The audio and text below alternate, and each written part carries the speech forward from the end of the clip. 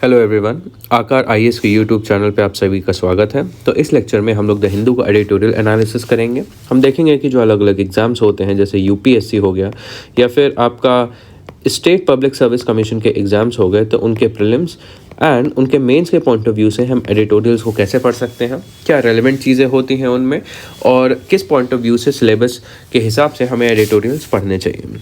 तो मेरा नाम है मृणाल कुमार। आज है 23 जनवरी, ट्यूसडे। तो देखते हैं आज क्या क्या इंपॉर्टेंट टॉपिक्स आए हैं। तो आज 5 इंपॉर्टेंट टॉपिक्स आए हैं। सबसे पहला, tax contribution by states need to be revisited. ठीक है, ये आपका फाइनेंस कमीशन से रिलेटेड आपका आर्टिकल है।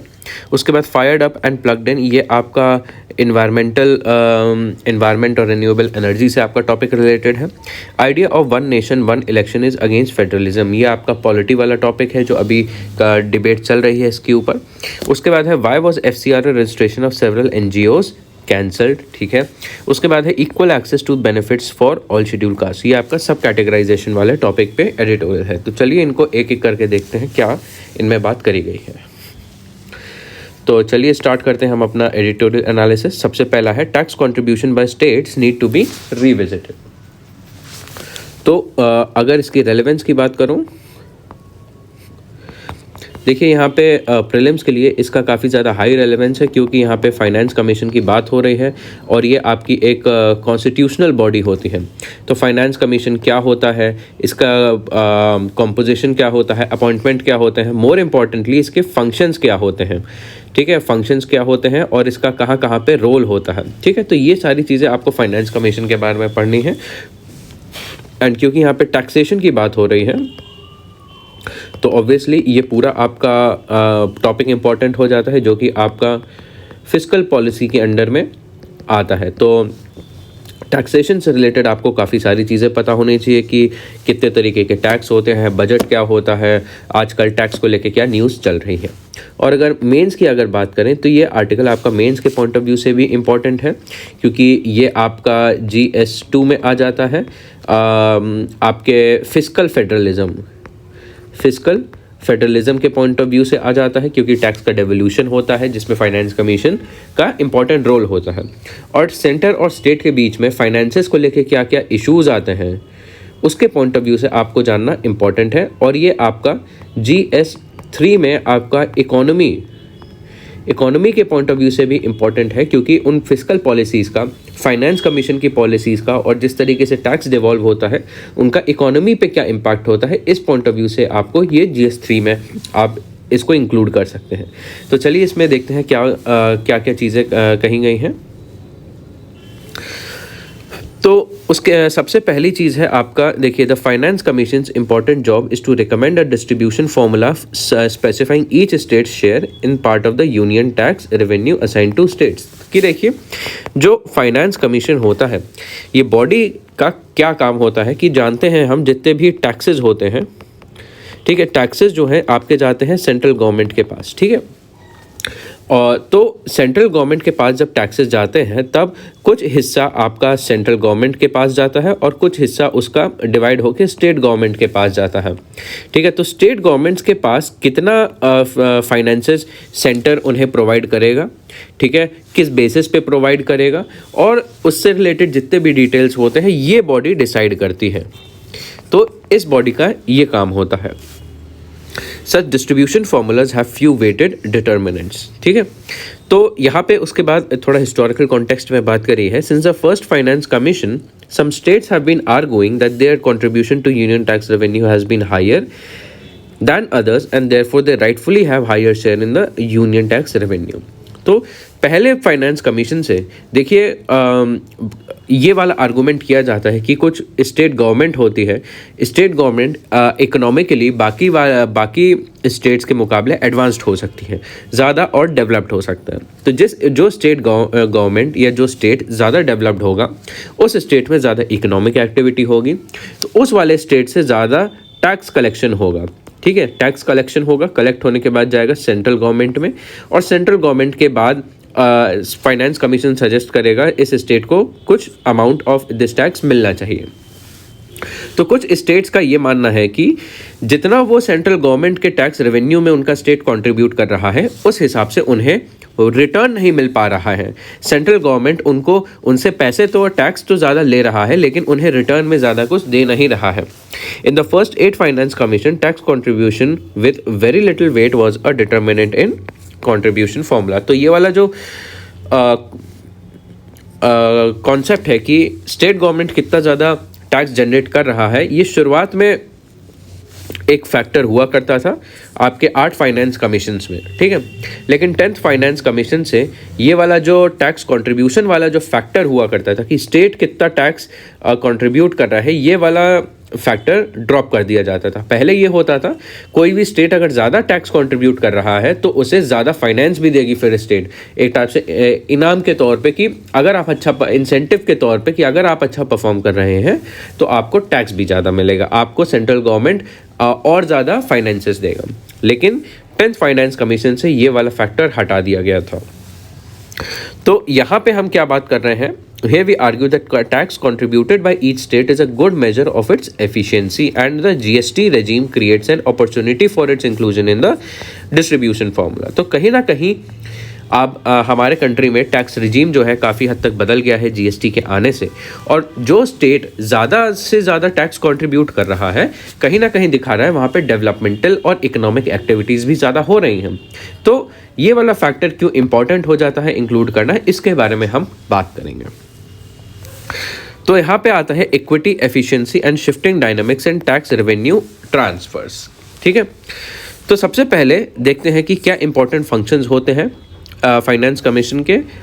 It determines proportion of union tax revenue to states, recommend the overall percentage of union tax revenue to be allocated to state. कि central government जब सारा का सारा टैक्स इकट्ठा कर लेता है तब हर अलग अलग स्टेट गवर्नमेंट जो होती है, मान लीजिए स्टेट गवर्नमेंट 1 2 3 4 5, इनमें थोड़ा सा कुछ हिस्सा टैक्स इनको जाता है, ऑलमोस्ट आधा हिस्सा इनको जाता है। तो हर स्टेट को देखिए, हर स्टेट जो होता है अलग होता है, कोई छोटा स्टेट होता है, कोई बड़ा स्टेट होता है, कोई ट्राइबल डोमिनेंट स्टेट होता है, कोई मेन स्ट्रीम स्टेट होता है, कोई आपका बहुत इकोनॉमिकली एडवांस स्टेट होता है जैसे महाराष्ट्र हो गया, गुजरात हो गया, कर्नाटक हो गया, कुछ उतने नहीं होते हैं, ठीक है।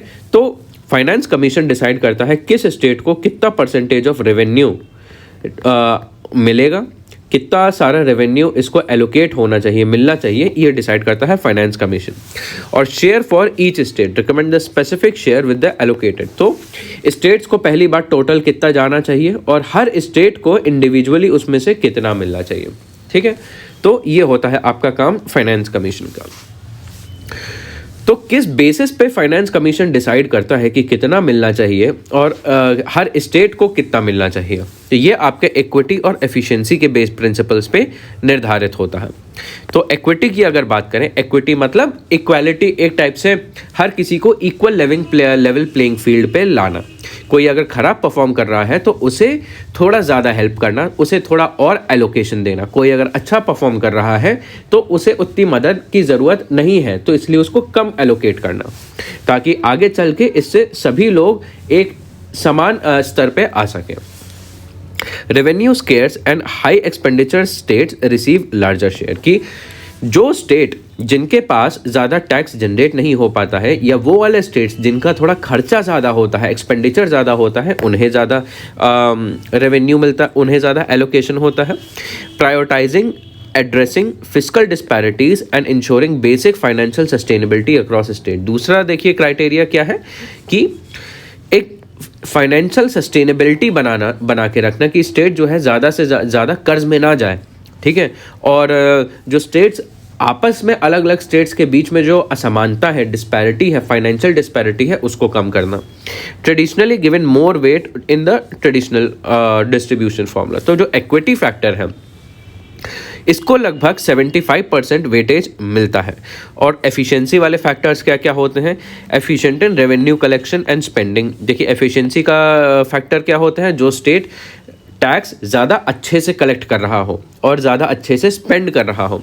AIIMS to incentivize physical responsibility and economic growth. इसका ऑब्जेक्टिव क्या होता है ये वाला क्राइटेरिया लाने का?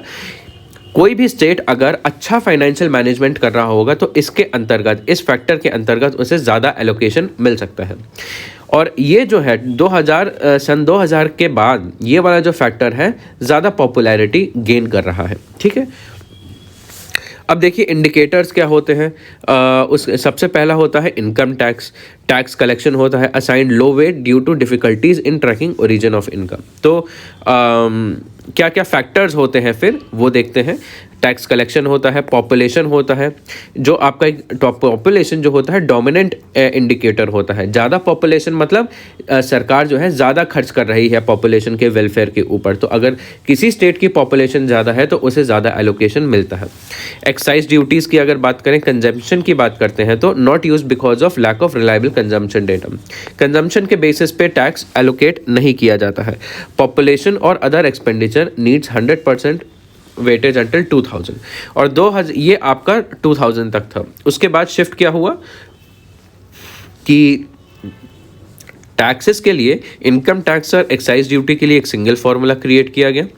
एक नया फैक्टर लाया गया, टैक्स एफर्ट। टैक्स एफर्ट क्या होता है? स्टेट का खुद का रेवेन्यू अपॉन जीडीपी, और fiscal discipline as efficiency indicator. ठीक है, तो ये नए इंडिकेटर लाए गए।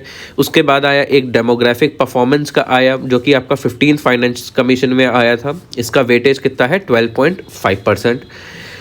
ठीक है, ऊपर जो था इनका वेटेज था आपका 15%। और उसके बाद आता है आपका continued emphasis on equity indicators but per capita income based on 2011 census, replacing the earlier reference to 1971। ठीक है, उसके बाद ये बताया है कि finance commission in India navigates a complex balancing act between ensuring equitable distribution and rewarding efficient state practices. तो finance commission जो है इसका काम बहुत टफ होता है। किसी स्टेट को कितना पैसा मिलना चाहिए ये डिसाइड करता है कि वो स्टेट कितना ज़्यादा इक्विटी फैक्टर उसे देना चाहिए या कितना ज़्यादा एफिशिएंट। कि कोई स्टेट अगर पिछड़ा हुआ है तो उसे ज़्यादा देंगे, या कोई स्टेट अगर बहुत स्मार्टली अपने फाइनेंसेस मैनेज कर रहा है तो उसे रिवॉर्ड भी करना पड़ता है। तो कहीं किसी को भी ऐसा ना लगे कि उनकी नीड्स फुलफिल नहीं हो रही हैं फाइनेंसेस के मामले में, या उनको उनके जितना एलोकेशन वो डिज़र्व करते हैं उतना नहीं मिल पाता है, तो उस केस में वो सिचुएशन होती है फाइनेंस कमीशन के काम करने की। While equity has traditionally held greater weight, recent trends show a growing focus on efficiency indicators like tax effort and fiscal discipline. अभी तक इक्विटी फैक्टर्स को फिस्कल फाइनेंस कमीशन ज़्यादा फोकस कर रहा था, बट धीरे धीरे अब इस पे शिफ्ट किया जा रहा है कि जो स्टेट ज़्यादा एफिशिएंट होगा उसे ज़्यादा टैक्स एलोकेट किया जाएगा। It reflects the commission's effort to adapt to the changing economic realities and incentivizing responsible fiscal management. तो इससे फाइनेंस कमीशन कहना क्या चाह रहा है? ये कहना चाह रहा है कि अब जो फाइनेंशियल एलोकेशन है, रिलेशनशिप है, financial relationship between centre and state, वो भी चेंज हो रही है नई इकोनॉमिक रियलिटीज़, लिबरलाइज मार्केट के आने की वजह से। और इससे कोशिश किया जा रहा है कि स्टेट समझें कि अब उन्हें भी एफर्ट्स लेने पड़ेंगे एक स्मार्ट फिस्कल मैनेजमेंट में, स्मार्टली अपने फाइनेंसेस मैनेज करने में। और उसके बाद टैक्स कंट्रीब्यूशन की अगर बात करते हैं डिस्ट्रीब्यूशन फॉर्मूले में, the current distribution formula for central tax revenue to state prioritizes equity indicators like population, per capita income, while assigning minimal weight to the efficiency indicators. ठीक है, raises a question about accurately reflecting states contribution to the national exchequer. कि अभी क्या हो रहा है कि जो हमारा फाइनेंस कमीशन का फॉर्मूला है ये आपका इक्विटी जो है, इक्विटी को ज़्यादा फोकस कर रहा है जैसा कि हमने देखा, और एफिशिएंसी को कम फोकस कर रहा है। तो जो स्टेट अगर ज़्यादा एफिशिएंट होगा तो फिर भी उसे कम एलोकेशन मिलेगा, और जो स्टेट जो है ज़्यादा इनइक्वालिटी एग्जिस्ट कर रही होगी जहाँ पे, या जिसका साइज़ बड़ा होगा, पॉपुलेशन ज़्यादा होगी, या लोगों की पर कैपिटा इनकम कम होगी, उसे ज़्यादा मिलेगा। तो यहाँ पे ये देखा जा रहा है कि जो स्टेट अच्छा काम कर रहा है उसे रिवॉर्ड नहीं किया जा रहा है। एक स्टेट अगर एफिशिएंटली काम कर रहा है, ढेर सारा टैक्स इकट्ठा करके सेंटर को भेज रहा है, लेकिन आखिरी में उसे उतना अमाउंट नहीं मिल पा रहा। तो प्रपोजल ये है इस चीज़ को टैकल करने का, ताकि स्टेट्स के बीच में ये जो डिसएग्रीमेंट अब जनरेट हो रहा है, नाराज़गी उठ रही है, उसको कैसे सॉल्व करें। Include relative GST contribution and petroleum consumption of states as a robust efficiency indicator with significant weight, कि एफिशिएंसी वाले फैक्टर को थोड़ा और इम्पोर्टेंस दी जाए और उसमें भी एक इम्पॉर्टेंट एस्पेक्ट डाला जाए कि कौन सा वेट जीएसटी में कितना कंट्रीब्यूट कर रहा है और पेट्रोलियम कंजम्पशन उस स्टेट का कितना ज़्यादा है, कि जितनी ज़्यादा इकोनॉमिक एक्टिविटी होगी देखिए उतना ज़्यादा जीएसटी कंजम्पशन होगा, कंट्रीब्यूशन होगा, और उतनी ज़्यादा ही स्टेट जो है फ्यूल कंज्यूम करेगा। अब इसका जस्टिफिकेशन क्या है, देखिए जस्टिफिकेशन ये है कि consumption based destination tax is equally divided between centre and state government, की जो जीएसटी कंट्रीब्यूशन है, देखिए जीएसटी के अंडर जो भी टैक्स जाता है वो आपका उसका एक कंपोनेंट होता है सीजीएसटी होता है और उसका एक कंपोनेंट होता है एसजीएसटी, ठीक है। तो जितना सीजीएसटी होता है उतना ही एसजीएसटी होता है, तो इसलिए जीएसटी का कंपोनेंट लाना ज़रूरी है, क्योंकि यहाँ पे स्टेट का भी फैक्टर इन्वॉल्व होता है। Accrual in a state equals to state central government share, enabling accurate estimation of state's tax contribution. उसके बाद है it unifies the tax system और it reflects true tax based utilized for national good. और उसके बाद petroleum consumption की अगर बात करें, पेट्रोलियम कंजम्पशन जो है आपका स्टेट्स कंट्रीब्यूशन का एक अच्छा इंडिकेटर है, ठीक है, क्योंकि स्टेट जो है काफ़ी ड्यूटीज़ लेवाई करता है, अलग अलग चीज़ें। रिलेटिव शेयर पर state remain consistent over the time. और इसका कोरिलेशन ऑफ इनकम की अगर बात करें, both GST and petroleum consumption reflects income differences between the state and consumption is income dependent, ठीक है। And this aligns with the significant portion of the central tax revenue currently distributed based upon the personal and corporate income tax. तो एक type से काफ़ी इससे relationship establish हो सकती है जीएसटी और इनकम टैक्स के बीच में, और ये दिखा सकता है कि कौन सा स्टेट ज़्यादा इनकम डिपेंडेंट है या फिर कौन सा स्टेट ज़्यादा एफिशिएंटली परफॉर्म कर रहा है। और इसके बेनिफिट्स क्या होंगे, ये फेयर और एक्यूरेट होगा, ये कंट्रीब्यूशन जो है डायरेक्टली मेजर करेगा। एंड जीएसटी की अगर बात करें तो हमारे पास अवेलेबल डेटा भी है। इंसेंटिवाइजेस एफिशिएंट इकोनॉमिक एक्टिविटी, अगर एफिशिएंसी लेवल को हम लोग ज़्यादा फोकस करेंगे तो जिस स्टेट को ज़्यादा एलोकेशन चाहिए होगा वो पहले खुद एफर्ट करेगा कि उसके स्टेट के फाइनेंसेस इंप्रूव हो सके। उसके बाद reduces reliance on unstable indicators, की जैसे पॉपुलेशन हो गया और उसके बाद इक्विटी फैक्टर्स और भी जैसे हो गए, तो वो बहुत ज़्यादा स्टेबल नहीं है और फ्लक्चुएशन होते हैं आपके टैक्स एफर्ट और फिस्कल डिसिप्लिन में इलेक्शंस के टाइम पे, तो उनको बाईपास कर सकता है जीएसटी और इसको लाना। तो अब यहाँ पे बात करिए कि नेक्स्ट स्टेप्स क्या हो सकते हैं, कि जो 16 फाइनेंस कमीशन जो बैठेगा उसे ये वाला फैक्टर इंक्लूड करना चाहिए अपने फॉर्मूले में, और इस चीज़ के ऊपर हमें एक ओपन एनालिसिस और ओपन डिबेट करना चाहिए कि ये वाला जो हमारा फैक्टर सजेशन है ये कितना फीजिबल है और इसका पोटेंशियल इम्पैक्ट क्या होगा कि अगर हम नए इंडिकेटर्स लाएं। तो आखिरी में हम ये कह सकते हैं, including relative GST contribution and petroleum consumption as efficiency indicators, it offers a transparent and reliable method to account for the state's contribution to the national exchequer, leading to more equitable and efficient distribution. तो basically ये कहने का मतलब है कि अगर हम GST contribution ले आते हैं अपने फाइनेंस कमीशन के फॉर्मूले में, तो उससे और ज़्यादा एफिशिएंसी इंडिकेटर्स को इम्पोर्टेंस मिल पाएगी, हम रिवॉर्ड कर सकेंगे उन स्टेट्स को जो अच्छा परफॉर्म कर रहे हैं, एंड कहीं ना कहीं इक्विटी और एफिशिएंसी का एक अच्छा बैलेंस क्रिएट कर सकते हैं। तो ये था आपका पूरा फर्स्ट आर्टिकल। ये काफ़ी ज़्यादा इंपॉर्टेंट आर्टिकल बन जाता है, इससे रिलेटेड आपके मेंस में काफ़ी क्वेश्चंस आते हैं फाइनेंस कमीशन के इश्यूज से रिलेटेड। उसके बाद होता है fired up and plugged in, ठीक है, इसके बारे में हम देखते हैं। तो एक चैलेंज आता है, as India aims to become world's fastest growing economy, it faces critical task of decarbonizing its power sector while ensuring energy sector and economic development, ठीक है। तो इंडिया जो है आज के समय में डीकार्बोनाइज अपने पावर सेक्टर को डीकार्बोनाइज करने की कोशिश कर रहे हैं। डीकार्बोनाइज मतलब हमारा जो प्रेजेंट एनर्जी जनरेशन है ये आपका फॉसिल फ्यूल्स के माध्यम से होता है। तो फॉसल फ्यूल जो होते हैं काफ़ी ज़्यादा कार्बन डाइऑक्साइड एमिट करते हैं एटमॉस्फेयर में। तो हम क्या कर रहे हैं कि अब एनर्जी जो है हम फॉसल फ्यूल से ना जनरेट करके रेन्यूएबल एनर्जी को यूज़ करें। रेन्यूएबल एनर्जी को जब यूज़ करते हैं तो अब हमारा कार्बन डाइऑक्साइड एमिशन काफ़ी ज़्यादा कम हो जाता है या फिर ऑलमोस्ट नहीं होता। तो इस प्रोसेस को फॉसल फ्यूल से रेन्यूएबल एनर्जी को या हाई कार्बन डाइऑक्साइड एमिशन से लो कार्बन डाई एमिशन के प्रोसेस को हम लोग डीकार्बनाइजेशन कहते हैं। ठीक है, और जो हमारा पावर सेक्टर है उसे हमें सबसे ज़्यादा डीकार्बनाइज करना है और कोशिश कर रहे हैं हम कि जब हम डिकार्बोनाइज करें तो हमारा इकोनॉमिक डेवलपमेंट ना रुके और हमारा एनर्जी भी सिक्योर होती रहे।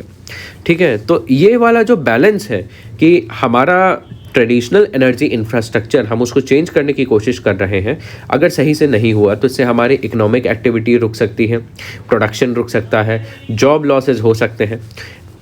और इसके अलावा ये भी हो सकता है कि अगर हमारे पास इनफ नंबर ऑफ एनर्जी से रेन्यूएबल सोर्सेज नहीं हुए, उनकी टेक्नोलॉजी नहीं रही, तो हमारे पास एनर्जी सिक्योरिटी नहीं रहेगी, हम एक एनर्जी डेफिसिट कंट्री बन जाएंगे।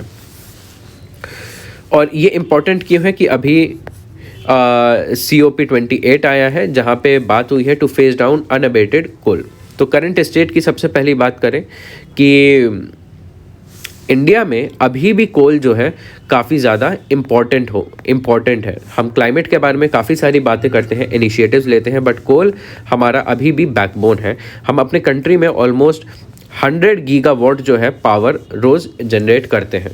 Renewable energy capacity is rapidly expanding to triple by 2030 कि हम अपने कंट्री में रिन्यूएबल एनर्जी की भी बात करें अगर, हम उसे काफ़ी तेज़ी से बढ़ावा दे रहे हैं और ये बढ़ भी रही है। ऐसा माना जाता है कि 2030 में हमारी रिन्यूएबल एनर्जी कैपेसिटी ट्रिपल हो जाएगी, लेकिन हमारे पास अभी भी ग्रिड स्टेबिलिटी का इशू है। ठीक है, and rising electricity demands adds uncertainty to India's future coal resilience की हमारी एनर्जी रिक्वायरमेंट बढ़ रही है। कोल जो है हमारे पास लिमिटेड है, कोल के बहुत नेगेटिव कॉन्सिक्वेंसेस भी हैं।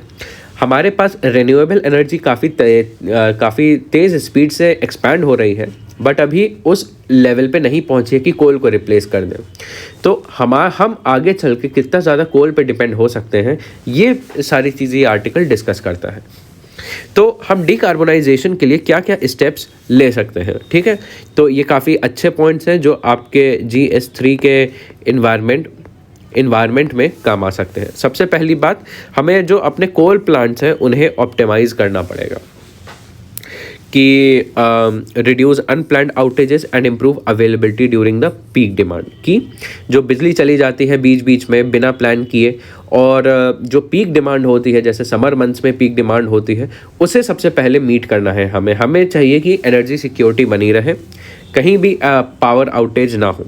तो इसके लिए हमें बेटर फोरकास्टिंग की ज़रूरत है, हमें मेंटेनेंस एंड प्लानिंग की ज़रूरत है और इंसेंटिव्स की ज़रूरत है। उसके बाद हमें चाहिए इनसे रिलेटेड कोल प्लांट से रिलेटेड हमें चाहिए और फ्लेक्सिबिलिटी कि जो अलग अलग रिन्यूएबल एनर्जी जनरेट हो रही है, तो retrofit plants to handle variable renewable energy generation by lowering minimum power load and improving ramp rate capabilities। Basically जो रेन्यूएबल एनर्जी जनरेट हो रही है वो वेरी कर रही है। ठीक है, दिन में अलग होती है, शाम को अलग होती है रेन्यूएबल एनर्जी, जैसे सोलर एनर्जी। तो उसके हिसाब से कोल से जनरेटेड पावर को हमें ऑप्टिमाइज़ करना है कि कोल एनर्जी रेन्यूएबल एनर्जी के साथ ऑप्टिमाइज रहे। उसके बाद consider the environmental impact, minimize grid emissions and renewable energy curtailment when adjusting operations for flexibility. की कोशिश करना है हमें अपना कोल प्लांट्स ऐसे बनाने हैं कि कम फॉसिल फ्यूल एमिशंस हो। उसके बाद है इंटीग्रेटिंग एनर्जी स्टोरेज। तो एनर्जी स्टोरेज हम बढ़ा सकते हैं incentivizing round the clock renewable energy bids, combine renewable energy with storage utilizing surplus to charge batteries। कि हम अगर रेन्यूएबल एनर्जी बना रहे हैं तो रेन्यूएबल एनर्जी एक कांस्टेंट सोर्स ऑफ एनर्जी नहीं है, ये कभी ज़्यादा होती है कभी कम होती है। इसको कांस्टेंट बनाने के लिए हमें चाहिए एनर्जी का स्टोरेज, और इस तरीके की स्टोरेज चाहिए कि स्टोरेज स्टोर भी हो जाए और सरप्लस बैटरीज भी चार्ज कर दे। Support stand alone battery and energy system, BESS, battery energy and storage system, इसको BESS कहते हैं। और इससे रिलेटेड पेमेंट मैकेनिज्म हमें डेवलप करने चाहिए ताकि जो BESS वाला जो सिस्टम है ये ग्रिड में स्टेबिलिटी ला पाए। ठीक है, उसके बाद research and develop efficient storage technologies की, स्टोरेज टेक्नोलॉजीज़ तो चाहिए लेकिन नए नए तरीके की और एफिशिएंट स्टोरेज टेक्नोलॉजीज़ चाहिए हमें। उसके बाद इंडिजनाइजिंग क्लीन एनर्जी टेक्नोलॉजी की कोशिश करें कि जो टेक्नोलॉजीज़ हम बनाएंगे वो इंडिया में ही क्रिएट हों। ठीक है, इंडिया में ही उनका रिसर्च एंड डेवलपमेंट हो, इंडिया में ही उनके पेटेंट्स फाइल हों। उसके लिए क्या करना पड़ेगा? बूस्ट डोमेस्टिक वैल्यू क्रिएशन, कि हमारे कंट्री की और रिन्यूएबल एनर्जी इंडस्ट्रीज़ बढ़ें, हमारी कंट्री में और इंडस्ट्रियल डेवलपमेंट हो, एंड जो हमारा इंपोर्ट बेस्ड सोलर मॉड्यूल्स हैं उनके प्रति हमारी निर्भरता कम हो, सोलर बेस्ड मॉड्यूल्स और बैटरीज। लीवरेजिंग गवर्नमेंट स्कीम, कि इसको हम और कैसे बढ़ा सकते हैं कि सरकार अलग अलग स्कीम लाई है, जैसे PLI production linked incentive scheme लाई है जिससे प्रमोशन होता है और मैन्युफैक्चरिंग का, प्रोडक्शन का। उसके बाद टारगेट डाइवर्स टेक्नोलॉजीज़ की, जैसे हम से बात कर रहे हैं बैटरीज़ की, बैटरीज़ के अलावा हमें और भी टेक्नोलॉजीज़ को देखना चाहिए, जैसे इलेक्ट्रोलाइजर्स होता है, विंड टर्बाइंस होती हैं, और हमें इससे रिलेटेड और जॉब्स और एनर्जी सिक्योरिटी इन्हांस करनी पड़ेगी। ठीक है, उसके बाद है प्रायोरिटाइजिंग अफोर्डेबिलिटी एंड सिक्योरिटी। तो डिकार्बोनाइज करने के लिए सबसे इम्पॉर्टेंट है कि जो डिकार्बोनाइजेशन वाला प्रोसेस है और जो रिन्यूएबल एनर्जी मिले हमें वो अफोर्डेबल हो। ऐसा ना हो कि वो इतनी महंगी हो कि उसके होने का कोई फ़ायदा नहीं है।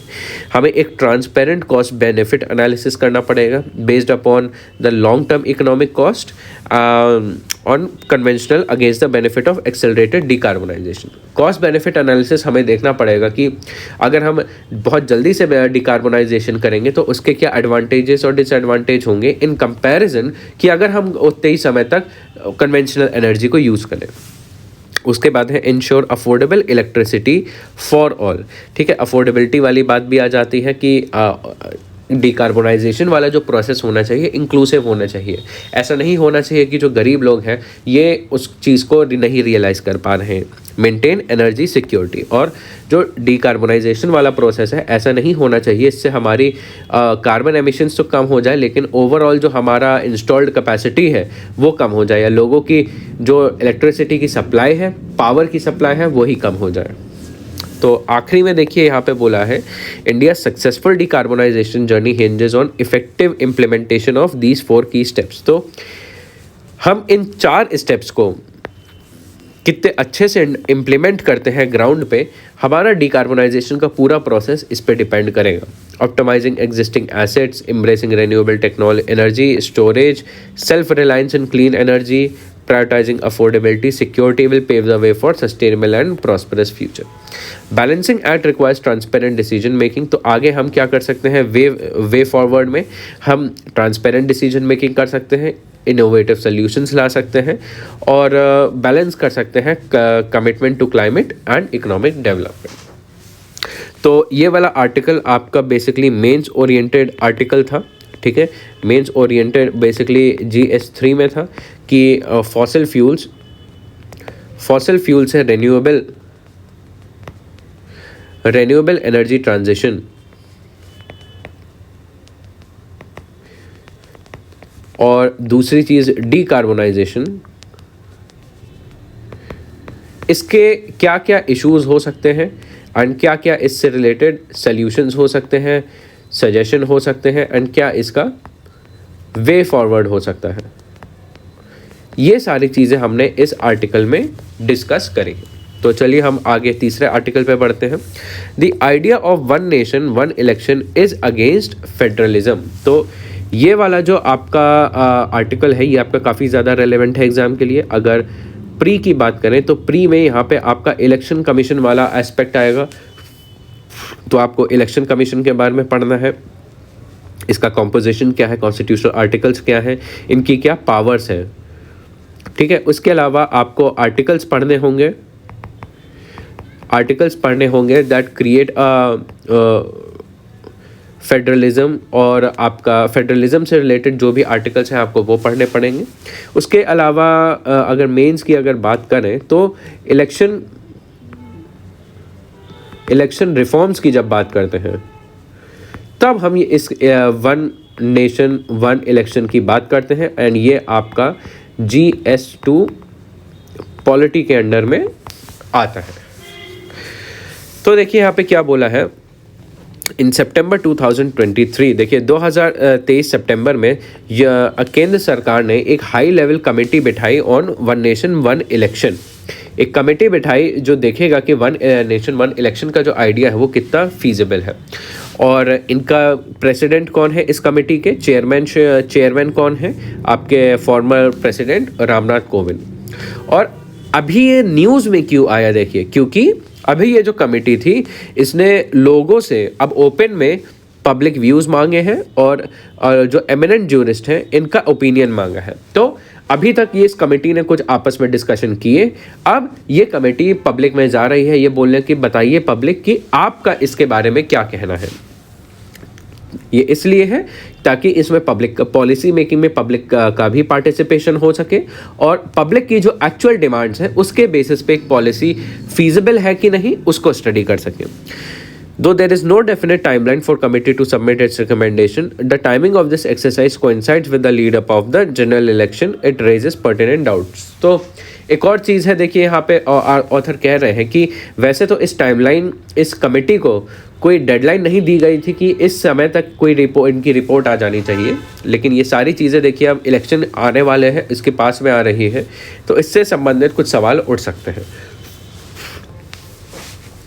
और ये जो एक्सरसाइज कर रही है पूरी कमेटी, देखिए इसका क्या आउटकम होगा, वन नेशन वन इलेक्शन होगा नहीं होगा या कोई बीच का पाथ चूज़ किया जाएगा, ये बहुत ज़्यादा वाइड रेंजिंग इम्पैक्ट रखेगा हमारी कंट्री के ऊपर। हमारे जो फंडामेंटल्स हैं, हमारे बेसिक प्रिंसिपल्स हैं हमारे डेमोक्रेटिक सेटअप के, हमारे फेडरल स्ट्रक्चर के, उनमें काफ़ी सारे इश्यूज क्रिएट कर सकता है। ठीक है, there are compelling reasons to believe that the high level committee is likely to turn a recommendation in favour of a common schedule comprising elections to the Lok Sabha and state legislative assembly overlooking genuine constitutional and legal concerns. तो ये भी author कह रहे हैं कि जिस हिसाब से चीज़ें चल रही हैं उस हिसाब से देख के लगता है कि ये जो कमेटी अपना डिसीजन देगी, अपना जो फाइंडिंग्स या रिपोर्ट देगी वो सरकार के फेवर में ही होंगे। और इसलिए सब लोगों के लिए, पब्लिक के लिए जानना ज़रूरी है कि ये क्या प्रिंसिपल है और इसके क्या लीगल इम्प्लीकेशंस हो सकते हैं अलग अलग तरीके के। तो ये सबसे पहले पूछा है कि क्या हमारी कंट्री में एक ही समय पे केंद्र और राज्य सरकार के चुनाव होना संभव है कि नहीं। One of the reasons assign to the, तो अगर सपोर्ट की बात करें, क्या हमारी कंट्री में ऐसा होना चाहिए या फिर नहीं होना चाहिए, ठीक है, इसके बारे में यहाँ पे एक छोटी सी डिबेट करी है। क्या क्या रीजंस हो सकते हैं फॉर एंड क्या क्या रीजंस हो सकते हैं अगेंस्ट। तो सबसे पहले यहाँ पे फॉर की बात करी है कि इसको सपोर्ट, इस आइडिया को सपोर्ट करने वाले कहते हैं कि इलेक्शन करने में बहुत ज़्यादा सरकारी खर्चा होता है। ऐसा बताया गया है कि 2014 का जो जनरल इलेक्शन था उसे कंडक्ट करने में 3,870 करोड़ रुपए लगे थे और ये बताया गया है 2014 में अकेले। ठीक है, और ये बताया गया है कि अगर यूनियन पार्लियामेंट और स्टेट असेंबली का इलेक्शन साथ में हो तो ये खर्चा काफ़ी हद तक कम किया जा सकता है। ठीक है, एक रीज़न तो हो गया ये। अब दूसरे रीज़न की बात करें कि जो मॉडल कोड ऑफ कंडक्ट होता है, जो कि आचार संहिता जिसको कहते हैं, ये 5 साल में 2 बार लागू की जाती है। ठीक है, इसकी वजह से क्या होता है कि जो गवर्नमेंट की पॉलिसीज़ होती हैं उनमें काफ़ी ज़्यादा इश्यूज़ आने लगते हैं, क्योंकि उस समय में कोई भी काफ़ी सारे रिस्ट्रिक्शंस आ जाते हैं सरकार के ऊपर कि वो क्या कर सकती है, पब्लिक में क्या नहीं कर सकती है, अपनी स्कीम इम्प्लीमेंट कर सकती है कि नहीं, इन काफ़ी सारी चीज़ों पे रोक लग जाती है। तो उस समय में जो एडमिनिस्ट्रेशन और गवर्नेंस है वो एक टाइप से ठप पड़ जाता है। तो अगर 5 साल में ऐसा 2 बार होता है तो वो एक बहुत बड़ा इशू बन जाता है। ठीक है, तो गवर्नेंस डाउन टाइम जो होता है वो कम हो सकता है। और अब अगर अगेंस्ट की बात करें, इश्यूज अगेंस्ट की अगर हम बात करते हैं तो ये कुछ पॉइंट आते हैं। The opponent of the common election content that these reasons are logically and factually untenable. ठीक है, अगर हम कॉस्ट की अगर बात करते हैं, जो सपोर्ट में बताया था कि कॉस्ट ज़्यादा लगता है, तो यहीं पे उसे अपोज करने वाले कहते हैं the cost of holding the free and fair election to elect a government of choice of people is a price that can never be high. हम कह रहे हैं कि जो प्रोसेस होता है कि लोग अपने प्रतिनिधि को सरकार बनाते हैं, ठीक है, और जो प्रोसेस होता है free and fair election conduct करने का, उसके वो एक बहुत कीमती चीज़ होती है। हमें उस पे एक प्राइस नहीं लगाना चाहिए, और हमें ये नहीं कहना चाहिए कि जिस कीमत पे हम अभी कर रहे हैं वो बहुत ज़्यादा है। तो ये कहना एक गलत बात है कि जो हम अपने कंट्री में जो फ्री एंड फेयर इलेक्शन कर रहे हैं वो बहुत महंगे हैं। ठीक है, उसके बाद है there are occasions where a government may not complete a full term of 5 years and elections may be held again are expressions of the democratic system. दूसरा बोला है कि हमारा डेमोक्रेटिक सिस्टम जो है, लोगों से चलने वाला जो पूरी प्रणाली है वो सही तरीके से नहीं चल सकती है, क्योंकि देखिए ऐसी सिचुएशंस हमारे देश में कई बार आई है कि किसी भी सरकार के 5 साल खत्म होने से पहले ही वो सरकार जो है गिर गई है, और 5 साल से पहले ही इलेक्शंस फिर से हो गए हैं। ठीक है, तो अगर वन नेशन वन इलेक्शन का सिस्टम आया तो क्या होगा? क्या सरकार नहीं गिरेगी या सरकार नहीं गिरने दी जाएगी, या फिर 5 साल से पहले ही फिर से पूरे देश में इलेक्शन होंगे? तो ऐसे कुछ सवाल उठ जाते हैं। इसी प्रकार अगर मॉडल कोड ऑफ कंडक्ट की अगर बात करें, they are issued by the election commission are necessary pains to ensure executive influence over voters is kept to a minimum and playing field during election period remains level। कि जो आचार संहिता है, देखिए वो एक हो सकता है उसकी वजह से कुछ इश्यूज आते हैं, लेकिन वो इश्यूज बहुत ज़्यादा नेसेसरी हैं। वो दर्द उठाना, वो तकलीफ़ उठाना बहुत इम्पॉर्टेंट बन जाता है, ताकि जो एग्जीक्यूटिव है, जो सरकार है, वो लोगों के वोटिंग पैटर्न पे ना इम्पैक्ट कर पाए। ठीक है, और वो इलेक्शंस को फ्री एंड फेयर बनाने का काम होता है उसका। तो उसके ऊपर अगर हम आर्ग्यूमेंट कर रहे हैं तो वो शायद आर्ग्यूमेंट इतनी वैलिड ना हो। मॉडल कोड ऑफ कंडक्ट जो है सभी पॉलिटिकल पार्टीज, छोटी पार्टी है, दुनिया की सबसे बड़ी पार्टीज, दोनों के सिचुएशंस को इक्वल बनाने की कोशिश करता है, किसी एक को अनड्यू एडवांटेज नहीं लेने देता है। In any case it sound strange for a union government and election commission that have refrained from holding assembly elections in Jammu Kashmir for nearly 5 years to express strong concern regarding the governance downtime। तो ये कह रहे हैं कि जैसे model code of conduct में governance down time होता है कि एक तरीके से सरकार जो है ठप पड़ जाती है, इसका जवाब कैसे देंगे कि केंद्र सरकार जो वन नेशन वन इलेक्शन का एक प्रपोजल दे रही है, कह रही है कि सरकार ठप पड़ जाती है।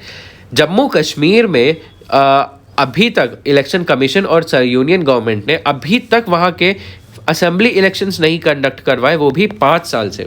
तो ये आर्गुमेंट बहुत अच्छा नहीं होता है। तो ये कुछ रीजंस हैं आपके अगेंस्ट के। तो अब बात करते हैं कि इसके लीगल कंसर्न्स क्या हो सकते हैं, कानूनी तौर पे इसमें क्या दिक्कत आ सकती है। इन SR Bommai versus union of India, देखिए ये वाला केस काफ़ी ज़्यादा इंपॉर्टेंट हो जाता है आपके एग्जाम के लिए, स्पेशली मेंस के लिए। इस केस में सुप्रीम कोर्ट ने कहा that the states have independent constitutional existence and they have important role to play in political, social, educational, cultural life of people of as the union. इस case में ये बोला कि जो स्टेट गवर्नमेंट होती है या फिर जो स्टेट्स होते हैं, इनके पास एक लेवल ऑफ इंडिपेंडेंस होती है, और इनके पास एक लेवल ऑफ ऑटोनॉमी होती है। ठीक है, ऐसा नहीं होता कि जो स्टेट्स हैं पूरे के पूरे आपके केंद्र के कंट्रोल में हो, ऐसा नहीं होता। इन स्टेट्स के पास भी पूरे देश में रह के उनके पास कुछ इंडिपेंडेंस है। कोई भी राज्य चाहे किसी भी तरीके की पॉलिसीज़ कर सकता है, एंड स्टेट जो है जैसा चाहे वैसे एक्ट कर सकता है, कुछ नियम और कानून के दायरे में रह के। तो कॉन्स्टिट्यूशन जो हमारा संविधान है वो स्टेट्स को इस तरीके का पोजीशन प्रोवाइड करता है। सेंटर जो है स्टेट को किसी भी तरीके से कंपल्शन के अंडर नहीं ला सकता, उसके ऊपर कब्जा नहीं कर सकता ऐसे अनकॉन्स्टिट्यूशनली। तो स्टेट जो है आपका कॉन्स्टिट्यूशन जो है एक पर्टिकुलर टेन्योर आपका स्टेट लेजिस्लेचर के लिए प्रोवाइड करता है कि जैसे केंद्र सरकार के लिए जो आपका पार्लियामेंट है उसके लिए तो टेन्योर होता ही है। कॉन्स्टिट्यूशन ये कहता है कि हर स्टेट लेजिस्लेचर के लिए भी एक अपना टेन्योर होगा जो कि होता है 5 साल का, ठीक है, जो कि आपका appointed for the first meeting. और यही टेन्योर जो होता है आपका यूनियन पार्लियामेंट का होता है। तो जब हम इंट्रोड्यूस करेंगे कॉमन इलेक्शन तो इम्पॉर्टेंट हो जाएगा कि दोनों के टर्म को एक ही डेट पे लाया जाए इलेक्शन करने के लिए। इससे देखिए इम्पैक्ट क्या होगा, केंद्र सरकार के पास पावर आ जाएगी कि स्टेट गवर्नमेंट के इलेक्शन के टाइम को मैनिपुलेट कर सके, ठीक है। तो यहाँ पे स्टेट की जो ऑटोनॉमी है वो कम हो जाएगी। This would go against the express language in the, और दूसरी बात एक और लीगल कंसर्न है, this would go against the express language in the constitution and in violation of view express bye supreme court in SR Bommai case. कि ये वाला जो प्रोविजन है ये आपका इस केस में जो वर्डिक्ट दिया था इसके खिलाफ है। जो 1 नेशन 1 इलेक्शन वाला कॉन्सेप्ट है ये सीधे सीधे आपके स्टेट्स के इंडिविजुअल इंडिपेंडेंट एग्जिस्ट को काफ़ी ज़्यादा नुकसान पहुंचा सकता है, ठीक है। इसलिए ये एंटी फेडरल होगा और अनकॉन्स्टिट्यूशनल हो सकता है। इसके अलावा और कुछ लीगल कंसर्न्स देखते हैं, जैसे आपके एक तो SR बोमई वाला कंसर्न हो गया आपका। दूसरी चीज़ ये होगी बायस, एक्सक्लूजन और इनइक्वालिटी, ठीक है। ये जो पूरी एक्सरसाइज चल रही है हाई लेवल कमेटी वाली, यहाँ पे काफ़ी सारे इश्यूज भी दिख रहे हैं हमें कि जैसे हाई लेवल कमेटी जो है इसने एक वेबसाइट बनाई है, ठीक है। ये वेबसाइट का काम क्या है, इस वेबसाइट पे सारी की सारी इन्फॉर्मेशन होगी, एक रिपोजिटरी ऑफ ऑल इन्फॉर्मेशन जो कि आपकी इस डिबेट से संबंधित होगी। और इसमें जितने भी स्टेक होल्डर्स हैं वो इस वेबसाइट को एक्सेस कर सकते हैं। लेकिन ये वाली जो वेबसाइट है ये मात्र इंग्लिश और हिंदी में है, ठीक है। This is to say such a landmark consultation process is being conducted in one of the 22 official languages of the union. तो कहने वाली ये बात है कि यहाँ पे एक डिबेट चल रहा है, ठीक है। डिबेट जो है आपके पूरी कंट्री को गवर्न करने के एक मामले में चल रहा है, कंट्री के एक इलेक्शन के मामले में डिबेट चल रहा है जिससे सारे स्टेट्स अफेक्ट होंगे, ठीक है। तो यहाँ पे सारे स्टेट्स के लिए वो डिबेट एक्सेसिबल बनाने के लिए स्टेट को क्या, सेंटर को क्या करना चाहिए था, जो वेबसाइट है ताकि उसे हर स्टेट का हर भाषा का कोई भी व्यक्ति देख सके, उसे हर 22 लैंग्वेज जो है कॉन्स्टिट्यूशन में ऑफिशियल लैंग्वेज, हर लैंग्वेज में इंफॉर्मेशन प्रोवाइड करनी चाहिए थी ताकि जो इशू देश को अफेक्ट कर रहा है उसे देश के हर कोने का नागरिक पढ़ सके, ठीक है। इसलिए इम्पॉर्टेंट होता है उसकी लैंग्वेज में उसे वो इन्फॉर्मेशन प्रोवाइड करें। लेकिन यहाँ पे हो क्या रहा है, यहाँ पे सिर्फ हिंदी और इंग्लिश में इन्फॉर्मेशन वहाँ पे प्रोवाइड करी जा रही है। कोई व्यक्ति जो हिंदी और इंग्लिश ना जानता हो वो इस इशू के बारे में, इस कमेटी में क्या चल रहा है क्या नहीं चल रहा है उसके बारे में नहीं जान पाएगा, ठीक है।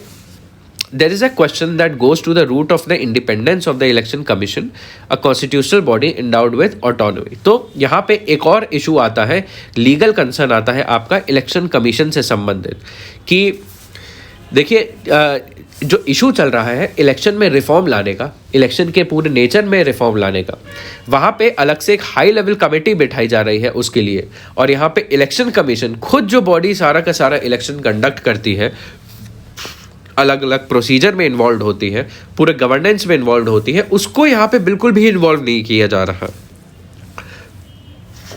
ठीक है। तो election commission is a silent Spectator.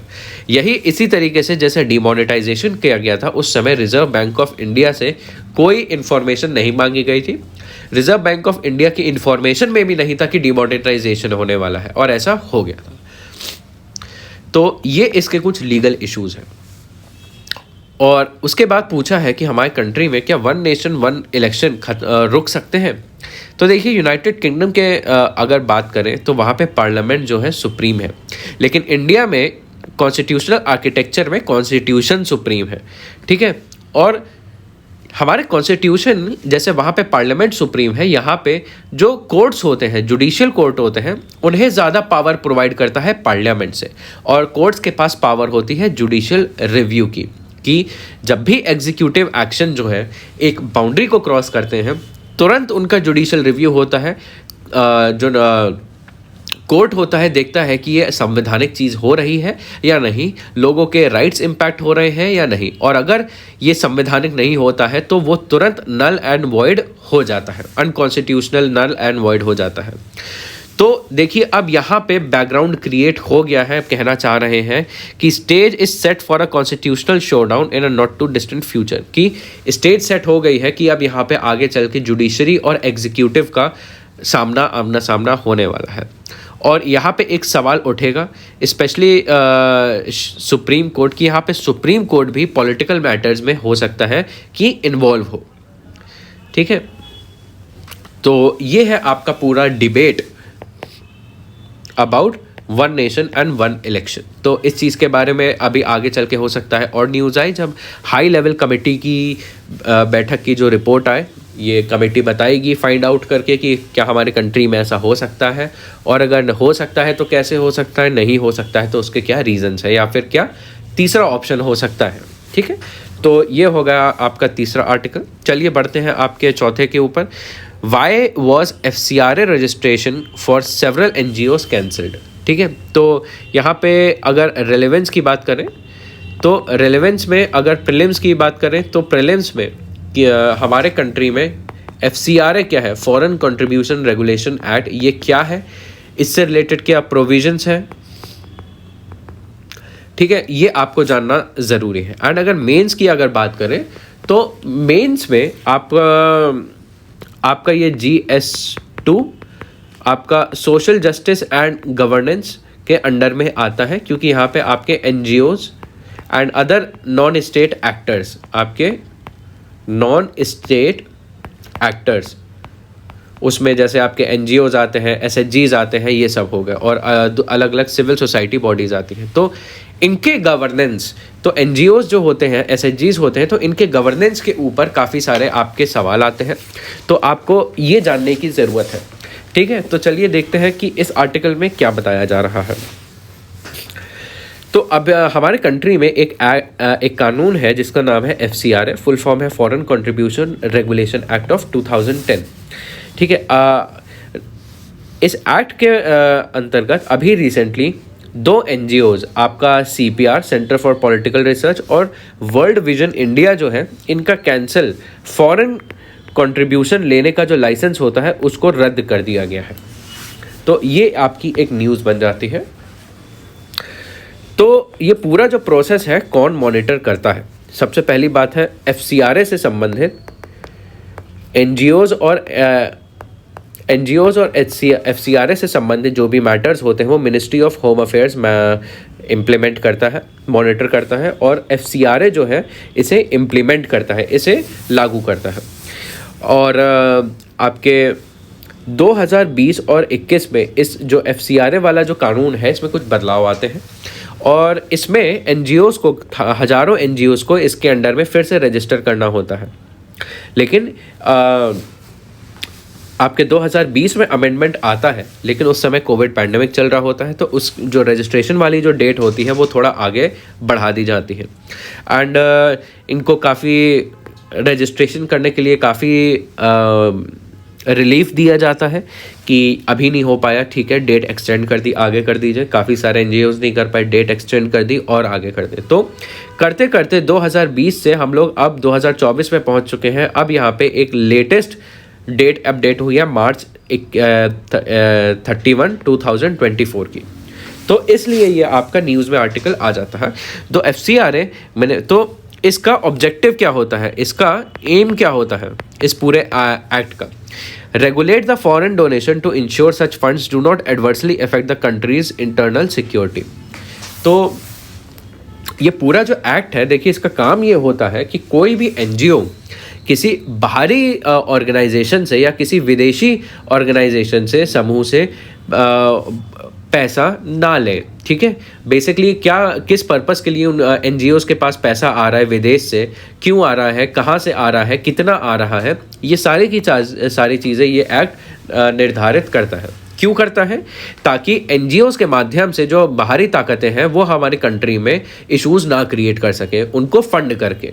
ठीक है, तो इसलिए इम्पॉर्टेंट हो जाता है कि जितने भी एनजीओज हैं जो कि बाहरी सोर्सेज से फाइनेंसेस जो है इंपोर्ट कर रहे थे वो रजिस्टर करें आपके एक्ट के अंतर्गत, जो कि आपका 1976 में पहले आया था।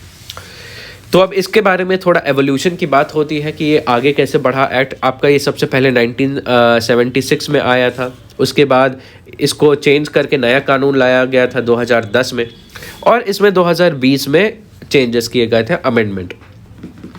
तो अमेंडमेंट के अंतर्गत अगर कोई भी आपका जो एनजीओ है उसे अगर लाइसेंस मिलता है तो उसे हर 5 साल में जो है रजिस्ट्रेशन फिर से करवाना पड़ता है। ठीक है, रिन्यू करवाने के लिए हर 5 साल में उसे नए तरीके से रजिस्टर करवाना पड़ता है। और it is mandatory for all such NGOs to register, initially valid for 5 years, can be renewed if it compliance with all norms. Renewal तभी हो सकता है अगर FCRA की सारी कंडीशंस के अंतर्गत वो मान्य हो। उसके बाद the registered groups can receive foreign contribution for social, education, religious, economic and cultural programmes. तो जब रिसीव कर लेते हैं एनजीओज तो इतनी अलग अलग एक्टिविटीज़ के लिए फिर वो अपने फॉरेन डोनेशंस को यूज़ कर सकते हैं। तो इसके चलते, ये पूरे प्रोसेस के चलते काफ़ी सारे एनजीओज ने अपना लाइसेंस जो है खो दिया है। ठीक है, सिंस 2015 से FCRA के अंडर देखिए अभी तक 16,000 एनजीओज जो है उनका रजिस्ट्रेशन कैंसिल कर दिया गया है, क्योंकि ये कहा जा रहा है कि इन्होंने ये सारे नॉर्म्स वायलेट किए हैं। जनवरी 22 तक की बात करें, हमारे कंट्री में लगभग 17,000 FCRA रजिस्टर्ड एनजीओज अभी एक्टिव है हमारी कंट्री में। ठीक है, और आपके जनवरी 1, 2022 से बात करें अभी तक, तो अभी तक लगभग 6,000 एनजीओज के जो लाइसेंस हैं वो कैंसिल कर दिए हैं और अभी वो काम करना बंद कर दिए गए हैं। ठीक है, अगर 2012 की एक रिपोर्ट के बारे में देखें तो हमारे कंट्री में 20 लाख से ज़्यादा एनजीओज जो हैं काम करते हैं, और जो इन 20 लाख में से जो फॉरेन डोनेशंस लेते हैं एनजीओज, बाहरी देशों से डोनेशन जिसमें आती हैं, और वो एनजीओज डोनेशन लेने वाले एनजीओ जो FCRA के अंडर रजिस्टर्ड हैं उनकी संख्या 2% से कम है। While this is not proper to make sweeping generalization, it is necessary to note that the NGO sector in India is vulnerable to risk of money laundering and terrorist financing. तो देखिए यहाँ पे एक और चीज़ बताई गई है कि ये सारे सेफगार्ड इसलिए लाना ज़रूरी है क्योंकि ऐसा भी देखा गया है कि एनजीओ के माध्यम से, कि एनजीओ वाला जो सेक्टर है यहाँ पे काफ़ी सारी मनी लॉन्ड्रिंग और टेरर फाइनेंसिंग भी हो सकती है। तो इन खतरों के चलते इम्पॉर्टेंट है कि इन्हें बहुत कड़े तरीके से रेगुलेट किया जाए, नियंत्रित किया जाए। ठीक है, In 2023, a record number of 1,111 associations were granted fresh registration. 2023 में इतने एसोसिएशंस को FCRA का लाइसेंस मिला, और ये बोला कि आधे जो FCRA रजिस्ट्रेशन हुए हैं हमारे कंट्री में, ये रिलीजियस कैटेगरी के NGOs हैं, जो कि आपके क्रिश्चियन NGOs हैं। ठीक है, तो बहुत सारे क्रिश्चियन NGOs हैं जो FCRA के अंडर रजिस्ट्रेशन जिनका नए तरीके से हुआ है और जो बाहर से डोनेशंस लेते हैं। Inform Lok Sabha on 19 December 2023 that out of 1,615 applications under the FCRA 21-22, 722 applications for granted clearance. कि 2 दिसंबर 2023 में एक सवाल आता है आपका लोकसभा में, जिसका जवाब मिनिस्ट्री ऑफ होम अफेयर्स देता है।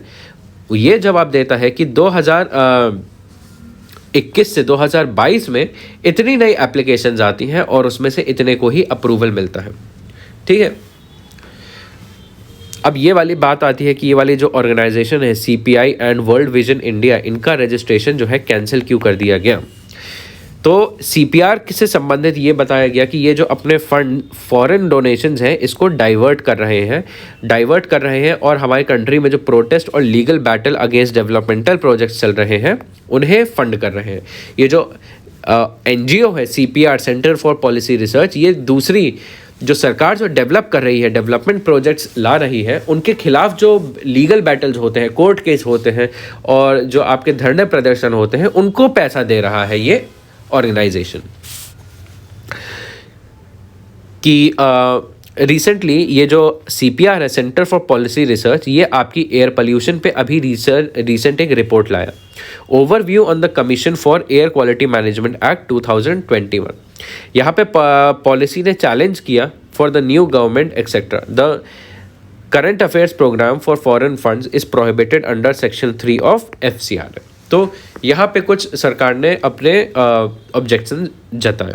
यहीं पे सीपीआर ने बोला कि सीपीआर जो कर रहा है वो सब ठीक है एंड उसको अननेसेसरली ही उसे परेशान किया जा रहा है। एंड सीपीआर कहता है कि इसने ऐसा कुछ एफसीआरए को वायलेट नहीं किया है, ठीक है।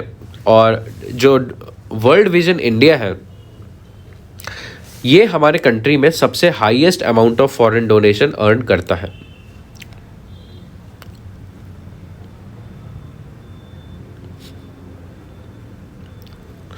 ठीक है, तो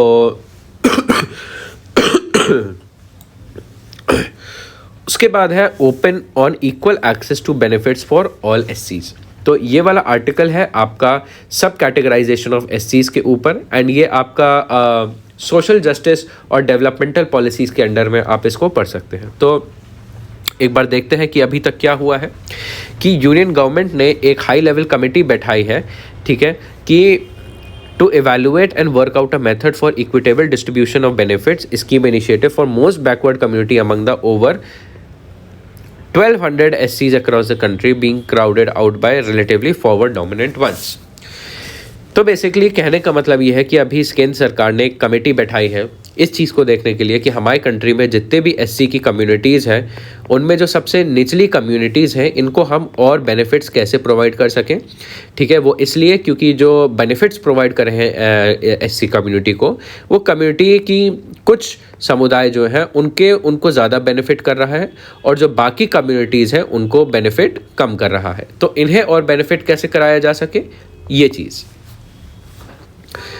तो ये वाली कमेटी क्यों बनी है और अब क्यों बनी है, ठीक है। तो अभी रिसेंटली दिसंबर 2023 में तेलंगाना गए थे हमारे प्रधानमंत्री एंड तेलंगाना की वहाँ के इलेक्शन के लिए गए थे, ठीक है। और वहाँ पे एक शेड्यूल कास्ट कम्युनिटी है आपकी मडिगा कम्युनिटी तेलंगाना में, ठीक है। इनकी डिमांड थी कि हमारे कंट्री में सब कैटेगराइजेशन ऑफ शेड्यूल कास्ट हो। असेंबली के लास्ट ईयर के असेंबली के इलेक्शन से पहले ये इंसिडेंट हुआ था। अब बात ये होती है कि जो मडिगा कम्युनिटी है तेलंगाना की, ये तेलंगाना में जितने भी शेड्यूल कास्ट पॉपुलेशन है उनकी कम से कम 50% शेड्यूल कास्ट वहाँ पे मडिगा कम्युनिटी के हैं। एंड उस पूरे स्टेट में तेलंगाना में टोटल शेड्यूल कास्ट जो है अगर 2011 के सेंसस के हिसाब से देखें तो 15% ही शेड्यूल कास्ट है वहाँ पे, 15% है, ठीक है। 15% में आधे लोग आपके मडिगा कम्युनिटी के हैं। और हमेशा से मडिगा कम्युनिटी जो है ये सरकारी नौकरियों से हमेशा दूर रही हैं, ठीक है। ये उनका कोई भी रिप्रेजेंटेशन नहीं है, इन्हें अभी तक रिजर्वेशन का बेनिफिट नहीं मिला है। जबकि वहाँ पे दूसरी कम्युनिटी है जो एक डोमिनेंट और फॉरवर्ड कम्युनिटी है, माला कम्युनिटी, ज़्यादातर इनका ही डोमिनेंस है।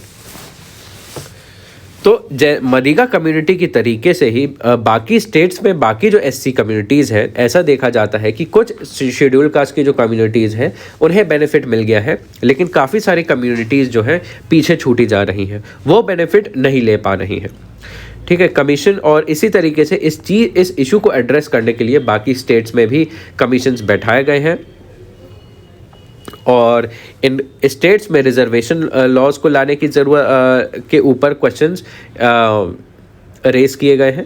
लेकिन अभी रिसेंटली ये जितने भी केसेस हैं, जितने भी लॉज हैं रिजर्वेशन को मॉडिफाई करने की, ये अभी कोर्ट में रुके हुए हैं। तो ये कमेटी क्यों बैठाई गई? तो इस कमेटी का देखिए काम क्या है कि जो ग्रीवियंस है आपके कम्युनिटीज़ के, अलग अलग शेड्यूल कास्ट कम्युनिटीज़ के, उनको हम कैसे अलग अलग तरीके से एड्रेस कर सकते हैं। ठीक है,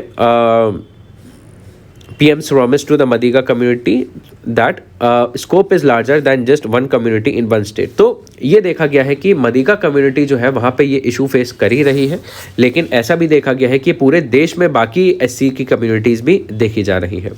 और ऐसा भी देखा जा रहा है कि अभी उम्मीद की जा रही है कि 7 जज कॉन्स्टिट्यूशन बेंच जो है सुप्रीम कोर्ट की, आपके सब categorisation of SC and STs के ऊपर डिस्कशन करना शुरू करेगी। इसके ऊपर हियरिंग जो है स्टार्ट हो जाएगी। तो अब इस पैनल का काम क्या होगा? With the question of breaking up of SC quota of the table, the panel will look into ways in which benefits of other government schemes initiative can be focused towards SC communities. कि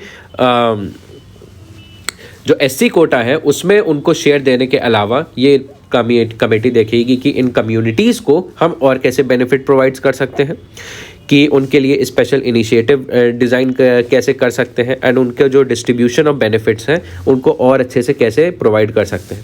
इस committee की अभी तक की कोई deadline नहीं है, and बस बोला गया है कि अपने फाइंडिंग्स को जल्दी से जल्दी दें। अब इस कमेटी का काम क्या होगा, इसका देखना होगा किस बेसिस पे SC की कम्युनिटीज़ को शॉर्टलिस्ट किया जाए कि कौन सी बैकवर्ड है कौन सी नहीं है। उन क्राइटेरियाज़ को डिफाइन करना पड़ेगा, और ये देखना पड़ेगा किस हद तक उन स्पेशल इनिशिएटिव्स जो को उन कम्युनिटीज़ को देने की ज़रूरत पड़ेगी। While resources have indicated that panel has been instructed not to veer off in the question of breaking up of SC quota, nothing prevents it from forming an opinion on this matter। ठीक है, तो इससे related past में क्या चीज़ें रही हैं। The demand of Madigas was raised as early as 1994 में। देखिए मदिगा जो कम्युनिटी है वहाँ की ये वाला इशू रेज करी थी, एंड इसके ऊपर सरकार ने लीगल ओपिनियन 2005 में मांगा था। एंड इसके ऊपर जो अटॉर्नी जनरल ऑफ इंडिया थे तब के, तो उन्होंने बताया कि सब कैटेगराइजेशन ऑफ शेड्यूल कास्ट है पॉसिबल हो सकता था और कुछ कॉन्स्टिट्यूशन में अमेंडमेंट करने पड़ेंगे। लेकिन उस समय उन्होंने ये भी बोला कि अगर ऐसा होगा, ऐसा करने से पहले सब कैटेगराइजेशन या फिर रिजर्वेशन या कोटा या कोई भी एक्टिविटी इस तरीके की करने से पहले इम्पॉर्टेंट हो कि हमारे पास एविडेंस होना चाहिए कि ऐसे इशू एग्जिस्ट कर रहा है। हमारे पास सबूत होना चाहिए कि कम्युनिटीज़ जो है एक्सक्लूड हो रही हैं और कुछ कम्युनिटीज़ नहीं हो रही हैं, और हमें उस एविडेंस को गैदर करने का तरीका भी होना चाहिए हमारे पास। और उस समय दोनों जो national commission for schedule caste and schedule tribe थी, उन्होंने अपोज किया था कि यहाँ पे कॉन्स्टिट्यूशन में काफ़ी सारे अमेंडमेंट करने पड़ेंगे, और बोला कि एक कोटे के अंदर अलग से कोटा उनके लिए फिक्स करना शायद उतना इफ़ेक्टिव नहीं होगा। तो इससे पहले क्या अटेम्प्ट्स रहे हैं सब कैटेगराइजेशन से रिलेटेड? NCSC एंड NCST ने 2005 में ये बोला कि कॉन्स्टिट्यूशन 3 के आर्टिकल 341 और 342 जो होता है, it prevented parliament from sub categorisation of SCs and STs। ये आर्टिकल्स जो है they vest powers of notifying SC and ST list with president of India, creation of a list with parliament with no specific instruction as to whether there can be sub categorization with these list respectively. तो ये जो article है, देखिए ये दोनों article ये कहते हैं, ये प्रेसिडेंट को पावर देते हैं कि हमारे पूरे कंट्री में SC और ST से रिलेटेड एक लिस्ट बनाए। लेकिन ये जो आर्टिकल है ऐसा ऐसी कोई बात नहीं कहते हैं कि इसमें सब कैटेगराइजेशन हो सकता है या नहीं हो सकता। और कमीशंस ने ये भी बोला है, argued that article 16(4) of constitution already provided states to create special provision for any backward classes if it was felt under represented. Commission ने ये भी कहा है कि ये वाला जो आर्टिकल है 16(4) स्टेट जो है राज्य सरकारों को अथॉरिटी देता है कि उनके स्टेट में अगर कोई ऐसा समुदाय है या कोई बैकवर्ड क्लास है जो सरकारी नौकरियों में रिप्रेजेंट नहीं हो रहा है, अलग अलग जगहों पर रिप्रेजेंट नहीं है, तो उनके वेलफेयर के लिए स्टेप्स और लिए जा सकते हैं। तो ये है आपका पूरा आर्टिकल अबाउट सब कैटेगराइजेशन ऑफ SCs एंड अभी जो इशू चल रहा है। तो आई होप आपको ये लेक्चर यूजफुल लगा हो। अगर आपको कोई भी इशू हो, कोई भी डाउट हो, आप कमेंट बॉक्स में पूछ सकते हैं। Till then see you in the next editorial.